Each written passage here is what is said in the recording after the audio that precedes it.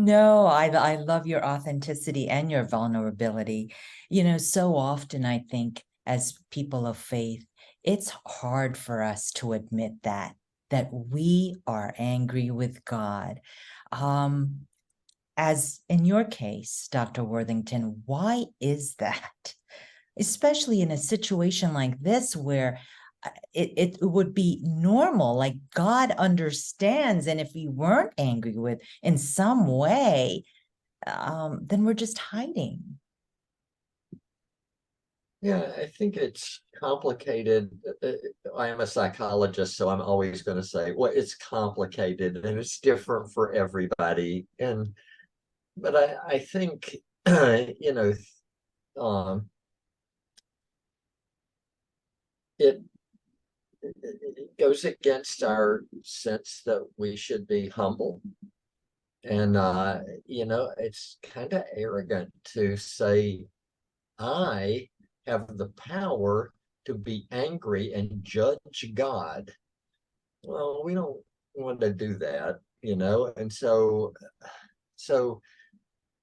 we feel the anger, but we just can't admit that to ourselves that often. And so we push that cognitive, you know, uh, explicit knowledge down into like, I don't want to think about that.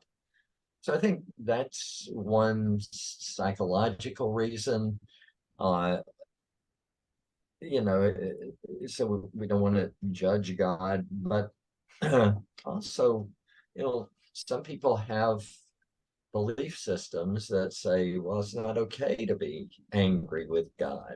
I mean, that's just we should be joyful and happy and living the abundant life, and that doesn't seem like the abundant life. And yes, I know Jesus got angry, but he got over it really quickly, and I'm not getting over it quickly, so clearly I'm doing something wrong. So I think there are a lot of reasons that people don't want to, face up to feeling angry with God. Um, and sometimes they're not angry with God, and they're angry with themselves, or they're angry with other people. But somebody will say, "Well, it sounds like you're angry with God," and they're not. So they're but it sounds defensive to say, if somebody confronts you with that, to say, no, I'm not angry with God. So I think there can be a reality to the saying, I'm not angry with God. And then there can be these psychological and theological reasons why I am angry with God, but I can't admit that I'm angry with God. And in your case, Dr. Worthington, when you were able to admit that anger, what started happening? I'm assuming that's when the healing began.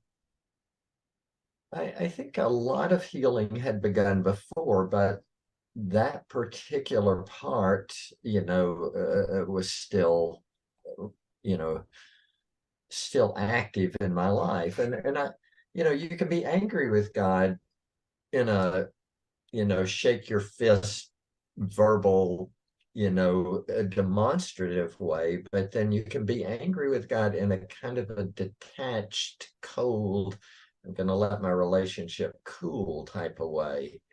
And that's more what I was doing. I had kind of substituted my morning devotional reading for, reading more psychology. And, so I've always like read, nonfiction, thoughtful books and the Bible and, Christian books. And there had always been a balance there. I hadn't been, kind of keeping track, but I realized in looking back that the nonfiction, non-Christian reading had just kind of taken over, and my response had been more coolness and detachment.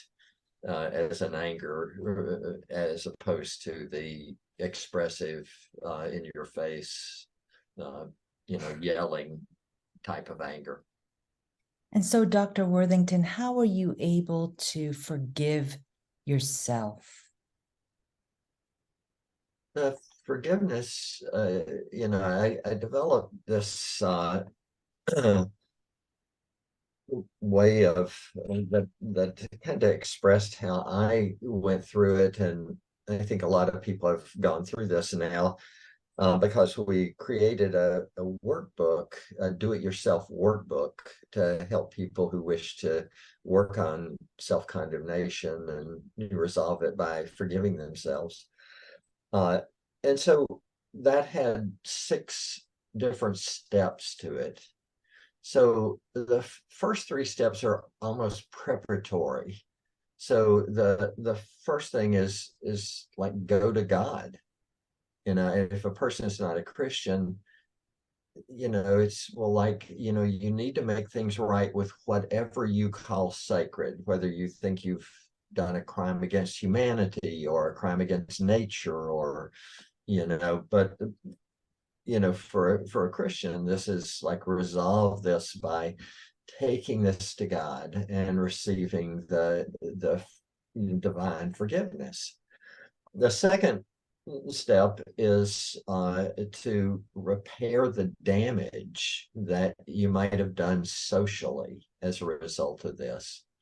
So, so we know that, you know, God forgives us, and that totally takes care of our moral guilt.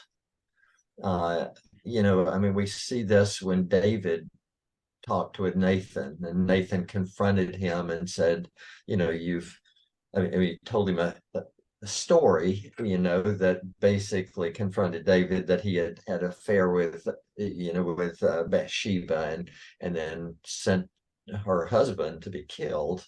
Basically, was responsible for that. And and after David realized what he had done, and he said, "I have sinned against God and humans." Nathan, a prophet of God, says, God has forgiven you. So his moral guilt is totally gone. And yet he has created a lot of social wrong in the process. And so there are social consequences that are going to happen. And there were other consequences that, Nathan announced to God. So just receiving forgiveness from God is not the total story. We do have these social wrongs that we need to, make amends for in some way and try to rectify as much as we can. So first is go to God. Second is, try to make things right with the people that have been negatively affected. And the third is to kind of deal with some of the psychological damage that I may have inflicted on myself. So now there's this idea of moral injury, that I can do things or observe things that create an injury in me if they go against my value system, and I tolerate this. And, that's some of the psychological damage, but there's obviously other psychological damage that I might have done to myself from doing this wrong. So I try as much as I can to deal with that psychological damage. So then, if I've tried those things, even if I haven't been 100% successful, at least I'm making efforts in that regard. And now I can try to, the fourth step, use this reach forgiveness model that I've developed to try to make a decision to forgive myself and treat myself in a more humane way than I may have done, and also experience emotional forgiveness. So this this reach forgiveness model helps people reach, REACH, forgiveness, and that's an acronym for R, recall the hurt, E, empathize with myself as I would somebody else who may have done this, A, give an altruistic gift of forgiveness to myself, an altruistic gift being one that I don't deserve, but I convey out of the goodness of my heart. C, commit to the forgiveness I experience so that H, I can hold on to that forgiveness when I doubt. So that reach forgiveness model has been, investigated in like, I don't know, probably 40 randomized controlled trials at this point. And so it's a well-developed model. And so I can apply that to myself, just like I can apply it to somebody else who has hurt me. So go to God, repair the damage, or try to repair the damage that I've done, both socially and psychologically. Experience forgiveness, a decision to forgive and reach forgiveness, emotional forgiveness. And then probably the hardest thing is to accept myself. So this sounds like it is like forgive myself, but it's not. I could hurt somebody's feelings, and I can forgive myself by going through these steps, but I might not be able to accept that I'm the type of person who would do such a mean thing to this person. So I usually joke in a way and say, well, self-acceptance is what keeps psychotherapists in business. That's most of the, therapy that's done has at some level self-acceptance. And then the sixth step is to, try to practice virtue in a way that this doesn't happen again, that I don't repeat, these mistakes that led to my self-condemnation. So those are, kind of 6 practical steps to help people, forgive themselves if they wish to.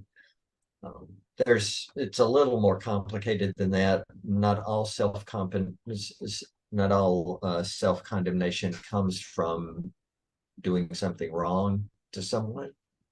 If I want to go to medical school and I don't really prepare for my MCAT exam and I disappoint myself by not scoring high enough to get in medical school, I didn't do anything morally wrong, but I still can feel self-condemnation because I've disappointed myself. So that uses basically the same steps, but it kind of reorders them in the social wrongs that I do are much later in the process. And so I'm going through the same steps, but just in a little different order. So, Dr. Worthington, were you able to forgive the person who murdered your mother? I was, and I was able to forgive a young man. I didn't know who that was. And of course, legally, we have to say that I still don't know who that was, but we probably do know who that was. But I was able to forgive the young man really that same night, which is totally unusual. Almost never in my life have I been able to sustain a wrong in a kind of major wrong and just, forgive that quickly. But I think that was just a special grace and mercy that God gave to me that night. But I try to make it clear that that is not usual. And, going through the reach forgiveness model, which is kind of what I did to reach that forgiveness, that does not guarantee that that night you will be able to forgive. I'll often say, Yeah, I'm not an uber forgiver. I once had a professor who gave me a B. Can you imagine a professor that would give me a B? It took 10 years and a religious experience to forgive that guy. It's not like I just have this magical gift of forgiveness. No, I'm like everybody else. But that particular night, it was just an unexpected grace gift of being able to forgive the person.